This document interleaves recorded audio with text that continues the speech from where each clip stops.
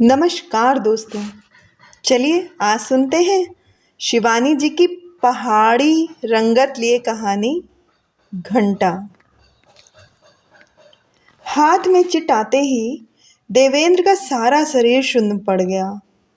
एक पल के लिए वह किम कृतव्य विमूढ़ बना बैठा रहा। फिर उसने अपने घाक चपरासी को देखते ही अपने अप्सरी कंधे सतर कर लिए। कह दो साहब घर पर किसी से नहीं मिलते, जो काम हो कल दफ्तर में आकर कहें। चपरासी निर्विकार मुद्रा में संदेशा लेकर चला गया और उसके जाते ही देवेंद्र के हाथ पैर ठंडे पड़ गए। निश्चय ही अब वह चपरासी को धकियाकर उसकी इज्जत उतारने स्वयं धड़धड़ाती भीतर चली आएगी। घुटनों के नीचे उसके दोनों पैर थर थर कांपने लगे। दिसंबर के महीने में भी पसीने से वह आपात मस्तक नहा उठा। भीतर जज साहब और उसकी पत्नी सुलता और उसकी छोटी साली सुलक्षणा ब्रिज लीला में आकांठ डूबे थे। उनके कह उनके कानों में टकराने लगे। अभी अभी सुलता की यह हंसी सिसकियों में बदल जाएगी और उसके परिवार की समृद्धि झाड़ी में छिपे किसी बधित की गोली खाकर स्तब्ध बन गए पशु की भांति बिना कुछ कहे प्राण त्यज देगी। देवेंद्र ने दोनों हाथों में मुंह छिपा लिया। कहीं 5 मिनट पहले यह अनिष्टकारी चिट ब्रज गोष्ठी में चला जाता तो अनर्थ घट सकता था। वह तो अच्छा हुआ कि वह खेल के बीच से उठकर गुसल खाने चला आया।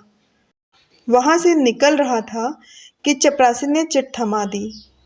चिट फाड़ कर उसने बाहर फेंक दी और दीवान खाने में जाकर फिर गोष्ठी में बैठ गया। उसके इस कमरे की सज्जा पूरे शहर में प्रसिद्ध थी।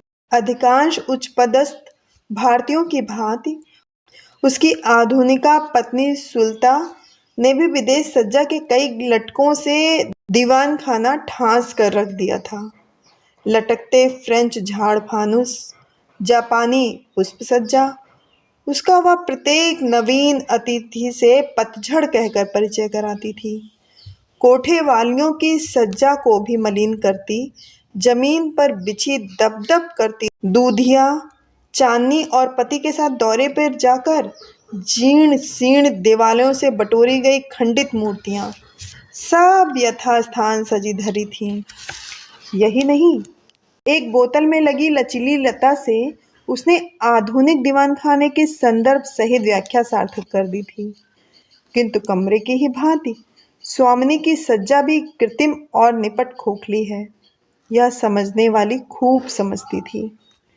दर्पण के सम्मुख यत्न से पूर्वाभ्यास की गई मुस्कान के बीच रंगे अधरों को पल भर खोल चमकाती मुक्ता धवल दंत पंक्ति बसरा के नहीं, अदन के बंदरगाह पर खरीदी गई नकली मोतियों की लड़ी मात्र हैं। यह परखने वाली आंखें परख चुकी थीं। यही नहीं, कपटी भू विभ्रम विलास रवि वर्मा के चित्रांकित मेनका की सी सुचिक्किन केश कालिमा महिला वर्ण की संदेह अग्नि भड़का चुकी थी। एक तो वैसे भी एक नारी दूसरी नारी की अनन्य कौशल से संपादित की गई ऐसी कृत्रिम सज्जा को बड़ी सुगमता से पकड़ लेती है। फिर जिन सज्जन से सुल्तान ने इम्पोर्टिंग विग मंगाया था, उन्होंने भी उसके आयात को गोपनीय नहीं रखा। पर कैसा आश्चर्य था कि सुल्तान का चेहरा सुंदर होने पर भी सुंदर नहीं था। उज्ज्वल गौर वर्ण में कहीं भी यौवन काल के उन दुष्ट मुहासों की धुंधली छाया भी नहीं थी जो प्रायः अधिकांश किशोरियों की यौवन में विष घोल प्रौढ़ावस्था में भी उसकी मज्जा का पीछा नहीं छोड़ती। तीखी नाक और भूरी आंखों में भी कोई खोट नहीं था। फिर भी क्रूर चेहरे पर न जाने कैसी रेखाएं थीं जो समान सी उत्तेजना से ही उसे अस्वाभाविक रूप से मर्दाना बना देती। न जाने क्या देखकर 20 वर्ष पूर्व देवेंद्र जैसे सैमी तरुण इसी चेहरे की मारीचिका में भटक कर रह गया था। जिस पिता ने अपने अध्ययन काल की सीमित आय को दांव में लगाकर पुत्र की ऊंची शिक्षा का प्रबंध किया था, उसे भी अंगूठा दिखाकर वह एक दिन अपने से वैसे में 4 वर्ष बड़ी विजातीय सुलता को प्रेम से जादुई घोड़े पर बिठाकर हवा हो गया। आत्मसम्मानी नेत्रहीन वृद्ध विधुर पिता को उसने अपना नियमित मनी ऑर्डर भेजा तो उनका तीर सा उत्तर आया, मैं ईश्वर की कृपा से स्वयं जीवन यापन कर सकता हूँ। आज तक मेरा एक पुत्र था, अब पुत्रहीन हूँ। आत्मीय स्वजनों ने स्वयं ही आना छोड़ दिया। एक बार तीर्थ नहाने अचानक बुआ जी आ गई थीं और उसके लिए सुल्तान ने अपने विराट लान में तंबू लगवा दिया था। खाने के कमरे की सुव्यवस्था बिगाड़ी नहीं जा सकती थी। एक शयन कक्ष उसका था, एक पुत्री का। दीवान खाने में तो वह पति पुत्री को भी अकारण घुसने नहीं देती थी। फिर सब कमरों में जमादार झाड़ू लगाता था। बुआ जी को आपत्ति हो सकती थी, इसी से बाहर व्यवस्था की गई थी। सुबह देवेंद्र स्वयं ही चाय का गिलास लेकर गया। वह जानता था कि उसकी स्वयं पाकी बुआ नौकर का छुआ पानी भी नहीं पीती और कभी इसी स्नेही बुआ ने उसके मात्र ही जीवन में अमृत घोला था। पर वह पहुंचा तो तंबू खाली था। अपनी जीर्ण पोटली और सीर्ण बुकचा लटकाए आत्म स्वाभिमानी बुआ न जाने कब चुपचाप निकल गई थी। फिर आया था ममेरा भाई, न जाने किस इंटरव्यू में बैठने आया था बेचारा। देवेंद्र कुछ पूछ भी नहीं सका और सुल्तान ने खरी खोटी सुना सुना कर उसे भी भगा दिया। हद है, ये आपके भाई भतीजे, जिसे देखो वही बिना बिस्तर तौलिए के चला आ रहा है, जैसे घर नहीं कोई सराय हो। मेरी रजाइयाँ कोई ब्याती थो है नहीं। पास के कमरे में बैठा शांत ममेरा भाई उठकर चला गया। जाता भी क्यों नहीं, उसकी खाल क्या गेंडे की खाल थी। वहीं उसके छूटे गांव का अंतिम अतिथि था। इतने वर्षों पश्चात वह स्वयं ही अपने उस गांव में अतिथि बनकर पहुंच गया। नैनीताल सेमिनार की उदार छाया में विश्राम कर वह साहस संजोता अंधे पिता को देखने पहुंच गया था। साथ में सुलता होती तो शायद हिम्मत उसकी नहीं होती, पर इतने वर्षों पश्चात पुत्र को देखकर क्या बाबू से धकिया कर बाहर कर पाएंगे।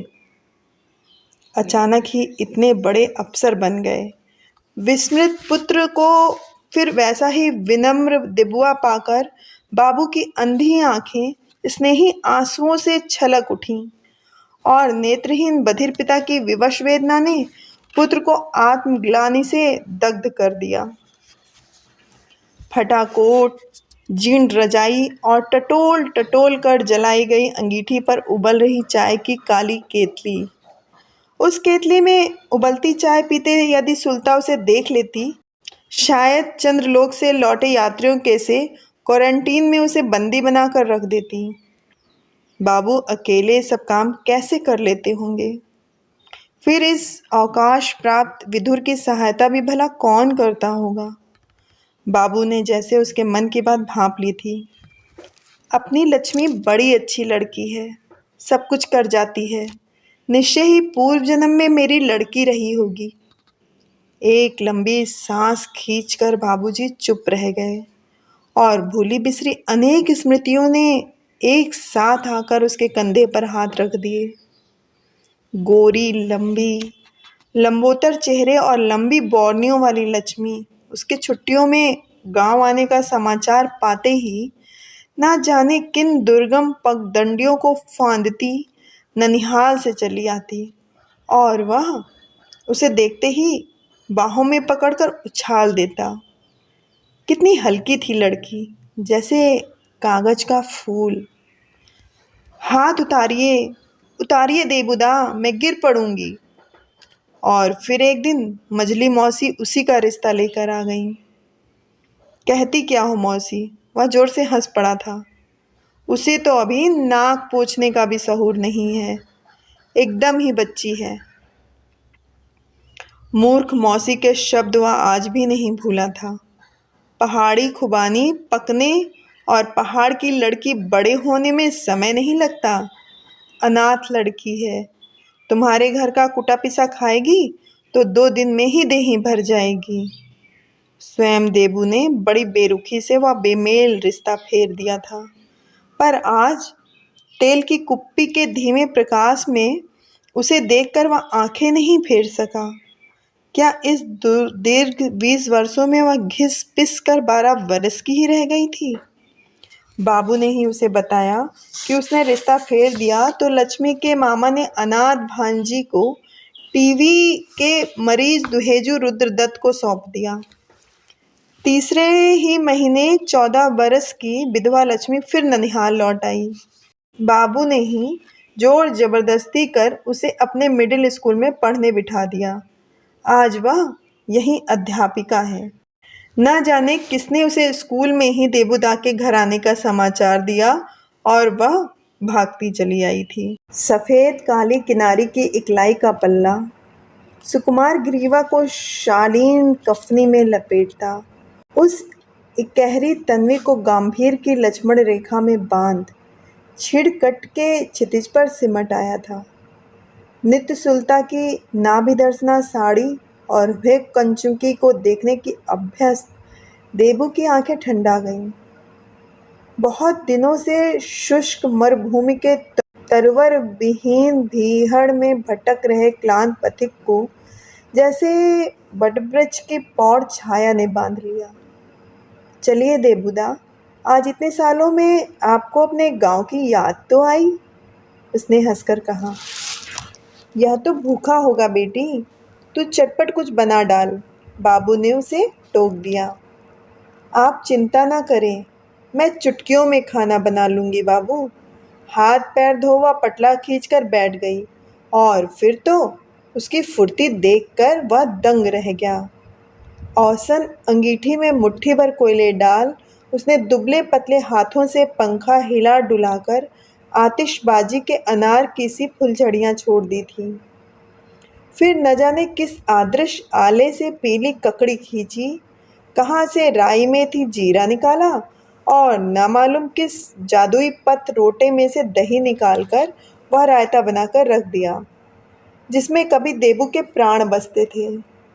चौके और बाबू के कमरे के बीच कोई व्यवधान नहीं था। इसी से वह चौके की उस अद्भुत सम्राज्ञी का अनूठा अनुशासन देखता मुग्ध हो गया था। एक क्षण को स्वयं अपने बावर्ची खाने का फ्लैशबैक उसकी रीढ़ की हड्डी सुरसुरा गई थी। नए किचन रेंज पर चमचमाते भगोने, नाप तोल कर दी गई रसद को देख मेम साहब के कापड़ पर चौके में चल रही पहाड़ी नौकरों की बहस, जो उसे देखते ही ठंडी पड़ जाती। उधर खाने के कमरे में लगे फ्रीज से निकलती हिम शीतल बियर के साथ समृद्ध अतिथियों के अभ्यर्थना में सजी ट्रे में भेजी जा रही चटपटी चिखौने की तामसी सुगंध। किंतु ऐसे सजे धजे नुमाइशी चौके का खाना क्या कभी स्वादिष्ट हो सकता था? वह दाल भला क्या खाक दाल होगी, जिसे किसी गृहिणी की चूड़ियों भरी कलाई ने कलछुल से न छनकाया हो। लक्ष्मी झुककर लकड़ियां फूंकती तो दोनों गाल आंच से तमतमा उठते। कभी मोटी बेड़ी छाती पर लटक आती तो वह बड़ी उदासीनता से पीठ पर डाल देती। कभी गोल गोल पूड़ियाँ बेलती एक कढ़ाई में छोड़ती और कभी ठेठ पहाड़ी मसाले में छौंके गए आलूओं को कलछल से चला देती। ठीक इसी समय देबू की दृष्टि उसकी सूनी कलाई पर पड़ गई थी और उसका अपराधी चित्त पश्चाताप से खिन्न हो गया था। क्या वह स्वयं ही उसके वैधत्व के लिए उत्तरदायी नहीं था? 2 पटले एक साथ बिछाकर लक्ष्मी ने पिता पुत्र की थालियां परस दी तो देबू को लगा वह सगा पुत्र होकर भी आज अपने ही पिता के घर का पाहुना है और यह पराए घर की बेटी उसके प्रीतगृह की स्वामिनी। शुद्ध घी की सुगंध ने वर्षों पूर्व बिछड़े किसी प्रवासी मित्र की भांति उसे बड़ी ललक से गले लगा लिया। ऊंचा वेतन पाने वाले उच्च अधिकारी का बावर्ची खाना सदा वनस्पति घी से महकता था। बड़ा बढ़िया घी है बाबू, लगता है असली देसी है, उसने कहा था। यहाँ सब कुछ असली देसी है बेटा, नकली विदेशी कुछ भी नहीं है। नेत्रहीन बाबू का व्यंग उसे छेद गया। खा पीकर उठा तो उसने पहली बार लक्ष्मी से बात की। तुम नहीं खाओगी क्या लक्ष्मी? मेरी तो आज एकादशी है देबुदा, केले ले आई हूँ, अभी खा लूँगी। वह फिर इसकी झूठी थाली उठाने लगी तो देबू ने दोनों हाथों से दबा ली। नहीं नहीं, रहने दो, मैं साफ कर लूँगा। बिना कुछ कहे ही हंसती हंसती लक्ष्मी थाली खींचने के प्रयास में ठोकर खाकर थाली सहित उसकी छाती पर जा गिरी। एक पल को तो दोनों स्तब्ध रह गए। लक्ष्मी की बांस सी लचीली देह सिर से पैर तक कांप उठी और उसी कपकपी ने देबू की चौड़ी छाती को भी पल भर के लिए कपा दिया। फिर वह बिजली की गति से तड़प कर झूठी थाली बर्तन समेटकर मलने बैठ गई। देवेंद्र का शरीर एक तो वैसे ही थक कर चूर हो गया था, उस पर लक्ष्मी ने ऐसा गरिष्ठ खाना खिला दिया था कि आंखें स्वयं मूंदी जा रही थीं। उसके पुराने कमरे में ही लक्ष्मी ने उसका बिस्तर लगा दिया था। सुबह ही उठकर उसे 8 बजे की बस पकड़कर भवाली पहुंचना होगा। यह सोच वह बाबू के पास थोड़ी देर बैठकर अपने कमरे में चला आया। अब उसे नींद आ गई। फिर वह जान भी नहीं पाया। अचानक उसकी आंख खुली और उसे लगा जैसे कोई आकर उसके पायताने बैठ गया है। क्या वह सपना देख रहा था या सचमुच ही कोई उसके पैर दाब रहा था? फूल की पंखुड़ी सी गुदगुदी या भला हथेली किसकी हो सकती थी? अपने स्पर्श कातर पैरों को समेटकर उसने धीमे स्वर में पूछा, कौन? कांपते कंठ से पूछे गए प्रश्न का उत्तर मिला संयत स्वाभाविक मीठी हंसी में। यह तो मैं लक्ष्मी हूँ देबुदा, आज आप बहुत थक गए होंगे। पीर भट्ठी से चलकर आए हैं ना, सोचा घर जाने से पहले आपके पैर दाबती जाऊं। देबू का गला भर आया। वह जन्म से पहले ही उसकी वाग्दत्ता थी।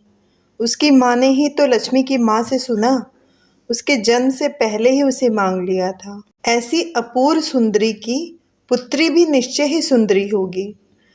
तेरी लड़की हुई तो मैं अपने बेटे के लिए मांग लूँगी, माँ ने कहा था, और मौसी गवाही थी। दिवांगता जननी के वाक्य दान को ठुकराकर उसने हृदयहीन निर्ममता से उसका रिश्ता फेर दिया था। वही फिर उसके अंधे पिता की लाठी बनने को स्वेच्छा से आ गई थी और आज अपनी समस्त वेदना, अनादर, अवहेलना में घुटुक घर जाने से पूर्व उसके पैर दाबने चली आई थी। लक्ष्मी, उसने कहा और फिर कंठ स्वर थर्रा गया। पश्चाताप से वह कटकर रह गया और उसका वही पश्चाताप न जाने किस कुछ क्षण में उसके अविवेक का द्वार भी खटखटा गया। लपक कर उसने लक्ष्मी को बाहों में खींचा और हंसकर हवा में उछाल दिया। कैसा आश्चर्य था कि उस कागज के लुभावने पुष्प का वजन अब एक रत्ती भी नहीं बढ़ा था। हाय देबुदा, क्या लड़कपन कर रहे हैं? उतारिए उतारिए, मैं गिर पड़ूंगी।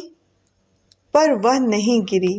स्वयं देबू ही अविवेक की अंधी घाटी में मुंह के बल जा गिरा। सुबह बाबू की पूजा की घंटी से उसकी नींद टूटी और वह अचकचाकर उठ बैठा। रात की पूरी घटना किसी दुस्वप्न की स्मृति की भांति उसका कलेजा दहला गई। यह क्या कर बैठा वह? उसके इतने वर्षों की अकलंक राजकीय सेवा, प्रतिष्ठा, मान सम्मान सबका गला क्या उसने जानबूझकर स्वयं ही नहीं घोट दिया था? और फिर भाग्य की कैसी विडंबना थी कि घर लौटते ही उसे जांच कमेटी का अध्यक्ष बन एक उच्च पदस्थ अधिकारी के ऐसे ही एक अविवेकी क्षणों चीर फाड़ कर अपना निर्णय देना था। अब तो विधाता ने स्वयं न्यायाधीश को ही मुजरिम के कटघरे में खड़ा कर दिया। किस मुंह से वह न्याय की तुला ग्रहण करने बढ़ेगा? और लक्ष्मी, उसकी ओर क्या वह आंख उठाकर भी देख पाएगा? पर लक्ष्मी चाय लेकर आई तो न उस शांत सुंदर चेहरे पर उपालब्ध की एक भी रेखा थी, न आत्मग्लानि की। बड़े उत्साह से उसने उसके रास्ते के लिए पूड़ी साग बनाया, अचार की फाँक धरी और फिर तिमिर के चौड़े पत्ते में लपेटकर उसे थमा कर बोली, अब की छुट्टियों में भाभी और बच्चों को लेकर आना देबुदा। भाभी? कहती क्या है लड़की? क्या अब उसकी पत्नी उसकी भाभी रह गई थी? घर लौटा तो सुल्तान ने आते ही टोक दिया, बाप रे बाप, 4 ही दिन में पहाड़ की हवा तुम्हें माफिक चली गई। लगता है 4 दिन रहकर उम्र के 4 साल बहा आए हो जी। किंतु गंभीर पति के हृदय में जो चिंता का ज्वालामुखी धधक रहा था, उसे क्या वह देख सकती थी? कहीं लड़की ब्लैकमेल करने आ गई तब? किंतु एक के बाद एक कर पूरे 4 महीने बीत गए, पर वह तो नहीं आई। आई एक घातक अनचीनी बीमारी, जिसने उसे दबोच कर धर दिया। तीव्र ज्वर और शरीर की मर्मांतक पीड़ा से वह कराह उठा। क्या यह उसके ऋषितुल्य पिता के तपोबल का अनुशासन भंग करने का देवी दंड मिल रहा था उसे? डॉक्टरों के लाख छिपाए जाने पर भी रोगी का कैंसर एक दिन दाई के सम्मुख यत्न से छिपाए गए पेट की ही भांति स्पष्ट हो उठता है। ठीक ही तो था, यह दंड ही तो उसके लिए उचित दंड था। अपनी सल चिकित्सा में एक प्रकार से अपनी पूरी जमा पूंजी लुटाकर वह लौटा और उसके जिस रोगग्रस्त शरीर की आशा ही गुणित चिकित्सकों ने त्याग दी थी, वही किसी कलम के पौधे की बात फिर लहलहा उठी। पर शरीर स्वस्थ होने पर भी उसका चित्त अभी भी घुना जा रहा था। क्या पता वह अब भी आ जाए। और एक दिन वह सचमुच आ गई। रात भर वह व्यर्थ की योजनाएं बनाता रहा। असाध्य बीमारी ने उसका पूरा फंड चाट लिया था। फिर भी प्रत्येक बुद्धिमान पति की भांति उसने अपनी पत्नी की दृष्टि से बचाकर एक निधि छिपा ली थी। 90 रुपए पान वाली मास्टरनी के दोनों पैर पकड़कर वह उसे 10,000 के पत्र पुष्प अर्पित करेगा तो क्या वह संतुष्ट नहीं होगी? वह दफ्तर में आई। उसने कुर्सी से उठकर स्वाभाविक हंसी से उसके स्वागत में फूल बिखेर कर रख दिए। आओ लक्ष्मी, कहो कैसी हो? बाबू ठीक है ना? पर वह उसके एक भी प्रश्न का उत्तर दिए बिना कुर्सी खींचकर उसके सामने बैठ गई। गंभीर चेहरे ने एक बार फिर देवेंद्र का रक्त जमा दिया। वही भोली चितवन, ललाट पर झुक आई अंगूरी बेल सी कुंचित काली लट और सहमी डरी आंखों की लंबी बौड़नियां। उसकी चुप्पी से देवेंद्र का कलेजा जोर जोर से धड़क उठा। एक पल भी यदि वह और चुप रहती तो निश्चय था कि देवेंद्र लपक कर उसके पैरों पर अपना सिर रख देता। देबुदा, उसकी मीठी पतली आवाज थी। क्या उसकी आवाज कांप रही थी या स्वयं देबू के ही चित्त का चोर अकारण चौकन्ना हुआ जा रहा था? एक बात आपसे कहनी थी, उसने कहा। कहो कहो। पर हर कहो के साथ कहने वाले का धड़कता कलेजा मुंह को आ रहा था। मुझे आपकी मदद चाहिए। यह सुन देवेंद्र की आपस में भिड़ी 10 उंगलियां ठंडी पड़ गई थी। वह कैसी मदद चाहती थी वह समझ गया। जेब से चेकबुक निकालकर उसने मेज पर धर दी और मूक दृष्टि से अपना उदार प्रश्न पूछा। कहो, कितने का चेक लिख दूं? नहीं नहीं, आप रुपयों की चिंता ना करें, रुपया मैं साथ लाई हूं, लक्ष्मी ने बड़ी आकुलता से कहा। तब तब क्या वह किसी डॉक्टरनी से परिचय की आकांक्षा से आई थी? देबुदा, मुझे एक घंटा खरीदना है। किसी गगनचुम्बी इमारत से भी यदि कोई उसे नीचे ढकेल देता तो भी वो शायद नहीं चौंकता। घंटा? हाँ देबुदा, वह नतमस्तक होकर ऐसे स्वर में कहने लगी जैसे कोई बहुत बड़ा जघन अपराध स्वीकार कर रही हो। मुझे भवानी के गोल थान में एक घंटा चढ़ाना है। आपकी बीमारी में मनौती मानी थी। सबने कहा यहाँ अच्छे दामों में बढ़िया घंटा मिल जाएगा। सोचा आप इतने बड़े अफसर हैं, आपके कहने सुने से मुझे अच्छी चीज़ मिल जाएगी। वैसे भी मुझे अब तक मोल भाव करना नहीं आया, हमेशा ठगी ही तो जाती हूँ देबुदा। कैसे गहरे व्यंग का गंभीर घाव कर गई थी लड़की। वह हंसी और उस सरल स्निग्ध निर्दोष हंसी के स्वच्छ दर्पण में देबू को अपने चित्त का कलुष प्रतिबिंब और भी काला लगा। लक्ष्मी, एक पल को सैकड़ों मतहतों को अपनी कठोर कंठ गर्जना से सहमा देने वाला वरिष्ठ अधिकारी गूंगा बन गया। फिर यत्न से स्वर साध कर उसने अपनी सबसे मीठी हंसी का दांव फेंका। तुम अपना पता छोड़ जाओ, कहाँ ठहरी हो? निश्चिंत रहो, शहर का सबसे वजनी और सुदर्शन घंटा स्वयं तुम्हारे पास वहीं पहुंच जाएगा। नहीं नहीं, आप परेशान ना हो, मैं खुद ही पसंद कर लूंगी। आप बस किसी एक को मेरे साथ कर दें। वह अन्यपूर्ण विनम्र स्वर में अपना सरल अनुरोध बार बार दोहराती उसकी मेज से सट गई। एक बार फिर उस प्रिय सलोने चेहरे को इतने निकट पाकर देवेंद्र शायद कुछ बचपना कर ही बैठता, किंतु चपरासी के कदमों की आहट से वह सावधान होकर पीछे हट गया। लक्ष्मी के साथ उसने एक नहीं, दो दो सीलदारों को भेज दिया। देखिए, बहन जी को मंदिर में चढ़ाने के लिए एक वजनी घंटा खरीदना है। उसके बहन जी संबोधन से लक्ष्मी की बौनियां सहम कर झुक गईं, या उसने काग दृष्टि से देख लिया।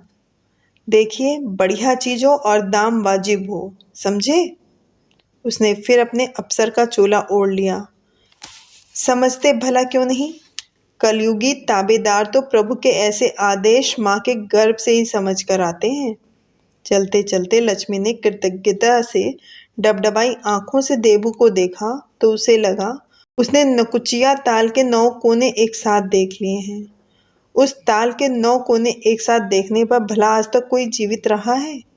पहाड़ की गाड़ी में अपने दुबले पतले शरीर के वजन से भी अधिक वजनी विराट घंटे को गोद में लिए लक्ष्मी ऐसे बैठी थी जैसे नवजात शिशु हो। पूजा मनौतियों की वस्तु भला सीट के नीचे या ऊपर भी कैसे रख सकती थी? क्या पता कोई जूता ही रख दे या उठाकर चलता ही बने। क्यों बहन जी, चढ़ाने वाले का नाम, पता, सन, तारीख कुछ भी नहीं खुदवाएंगी क्या? सब चढ़ाने वाले हम ही से खुदवा कर ले जाते हैं। वाचाल दुकानदार उससे बार बार पूछ रहा था। ठीक ही कह रहा था वह। उसी मंदिर में अरंड को गुंजाते उस छोटे बड़े घंटों में खुदे कई नाम उसे अचानक याद हुआ है। आपका दासानुदास धनी राम, चरणों की दास लौटनी निवासनी राधिका देवी। लक्ष्मी को हंसी आ गई थी। नहीं, मुझे कुछ नहीं खुदवाना है, आप इसे ऐसे ही पैक कर दीजिए। उस मूर्ख भक्तों की भांति क्या उसे अंतर्यामी गोल देवता से कोई रसीद लेनी थी? एक हड्डी तोड़ झटके के साथ गाड़ी चली और उसकी गोदी में धरा घंटा स्वयं ही खनक उठा।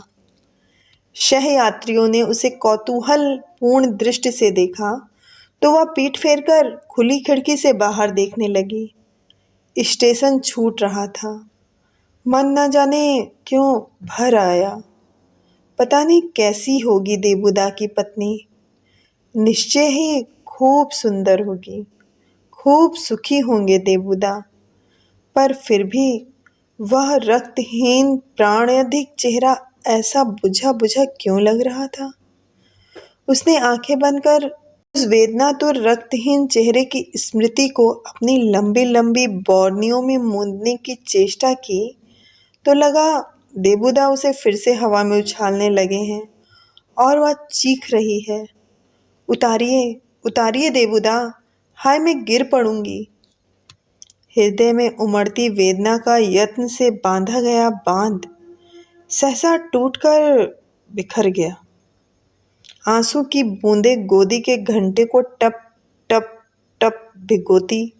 चढ़ाने वाली के लाख न चाहने पर भी उसका नाम, पता, सन, तारीख अमिट अक्षरों में स्वयं ही गूंजती चली गईं।